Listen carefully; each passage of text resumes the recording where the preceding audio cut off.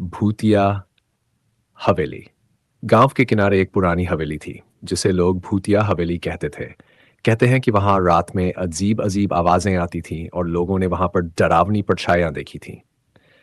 एक दिन गांव का एक नौजवान लड़का अर्जुन ने तय किया कि वह इस हवेली के रहस्य को जानने के लिए वहां रात गुजारेगा। लोग उसे मना करते रहे, लेकिन उसने किसी की नहीं सुनी। रात के समय अर्जुन ने एक मशाल और कुछ भोजन साथ लिया और हवेली में प्रवेश किया। हवेली के अंदर सब कुछ टूटा फूटा और बिखरा हुआ था। जैसे ही उसने एक पुरानी कुर्सी पर बैठने की कोशिश की, अचानक एक जोरदार हवा का झोंका आया और दरवाजे अपने आप बंद हो गए। अर्जुन ने सोचा कि शायद यह सिर्फ हवा का असर है और उसने अपने आप को शांत रखा। लेकिन थोड़ी देर बाद उसे किसी के कदमों की आवाज सुनाई देने लगी। अर्जुन ने इधर-उधर देखा, लेकिन कोई नजर नहीं आया। आवाजें करीब आती गई और अर्जुन का दिल जोर-जोर से धड़कने लगा। अचानक उसके सामने एक धुंधली परछाई प्रकट हुई।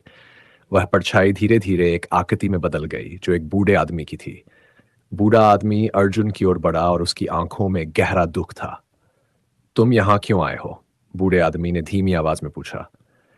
अर्जुन ने कांपते हुए उत्तर दिया, "मैं जानना चाहता हूं कि इस हवेली का सच क्या है।" बूढ़े आदमी ने कहा, "इस हवेली में मेरी आत्मा फंसी हुई है। मैं यहाँ मर गया था और मेरी आत्मा को मुक्ति नहीं मिली। मुझे अपनी मौत का बदला लेना है।" अर्जुन ने साहस जुटाया और पूछा, "मैं आपकी कैसे मदद कर सकता हूँ?"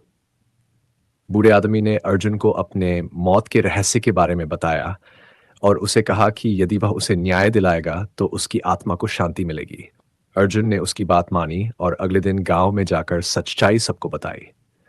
गांव वालों ने मिलकर बूढ़े आदमी की मौत के दोषियों को सजा दिलाई और हवेली में एक पूजा करवाई। इसके बाद हवेली में कभी कोई अजीब घटना नहीं हुई और अर्जुन ने गांव वालों का सम्मान पाया। इस तरह अर्जुन ने अपने साहस और समझदारी से हवेली के रहस्य को सुलझाया और एक आत्मा को शांति दिलाई।